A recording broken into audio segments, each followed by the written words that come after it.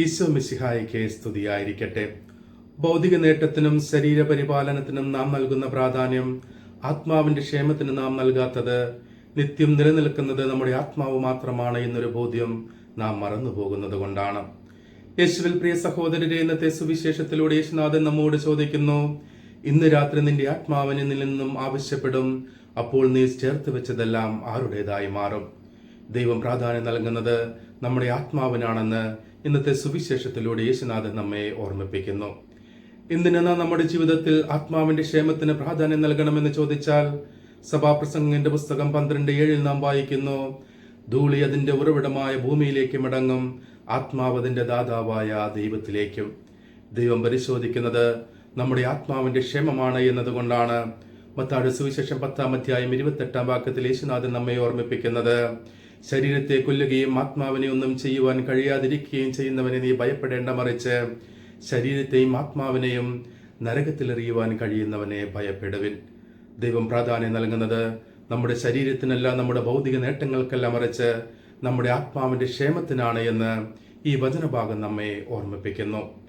ആത്മാവിന്റെ ക്ഷേമം തിരിച്ചറിയുമ്പോൾ മാത്രമാണ്, ആത്മാവിന്റെ പ്രാധാന്യം നമ്മുടെ ജീവിതത്തിൽ തിരിച്ചറിയുമ്പോൾ മാത്രമാണ് ആത്മാവിന്റെ ക്ഷേമത്തിനായി നിലകൊള്ളുവാനും ആത്മാവിന്റെ ക്ഷേമത്തിനായി പ്രയത്നിക്കുവാനും നമുക്ക് എല്ലാവർക്കും സാധിക്കുന്നത്. എപ്രകാരം നമുക്ക് നമ്മുടെ ആത്മാവിന്റെ ക്ഷേമത്തിനായി പ്രവർത്തിക്കുവാൻ സാധിക്കുമെന്ന് ചോദിച്ചാൽ, ദൈവത്തിന്റെ കൽപ്പന അനുസരിക്കുന്നതിലൂടെ, ദൈവവചനം പാലിക്കുന്നതിലൂടെ, ദൈവം ആഗ്രഹിക്കുന്നത് പോലെ ഒരു ജീവിതം ക്രമപ്പെടുത്തുന്നതിലൂടെ മാത്രമാണ് ആത്മാവിന്റെ ക്ഷേമത്തിനായി പ്രയത്നിക്കുന്നവരായി നമുക്ക് മാറുവാൻ സാധിക്കുകയുള്ളൂ. അതുകൊണ്ടാണ് സങ്കീർത്തനങ്ങളുടെ പുസ്തകം 19:7 നാം വായിക്കുന്നത്, കർത്താവേ, അങ്ങയുടെ നിയമം അവികലമാണ്, അതിന്റെ ആത്മാവിന് പുതുജീവൻ പകരുന്നു. യോഹന്നാന്റെ സുവിശേഷം 6:63 യേശുനാഥൻ നമ്മോട് പറയുന്നു, ശരീരം ഒന്നിനും ഉപകരിക്കുന്നില്ല, ആത്മാവാണ് ജീവൻ നൽകുന്നത്. ഞാൻ നിങ്ങളോട് പറഞ്ഞ വാക്കുകൾ ആത്മാവും ജീവനുമാണ്.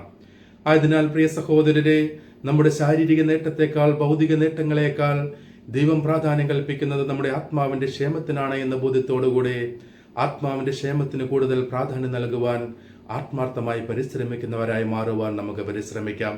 മത്തായിയുടെ സുവിശേഷം 16:26 യേശുനാഥൻ നമ്മെ ഓർമ്മിപ്പിക്കുന്നു, ഒരുവൻ ലോകം മുഴുവൻ നേടിയാലും തന്റെ ആത്മാവിനെ നഷ്ടമാക്കിയാൽ അവൻ എന്ത് പ്രയോജനം.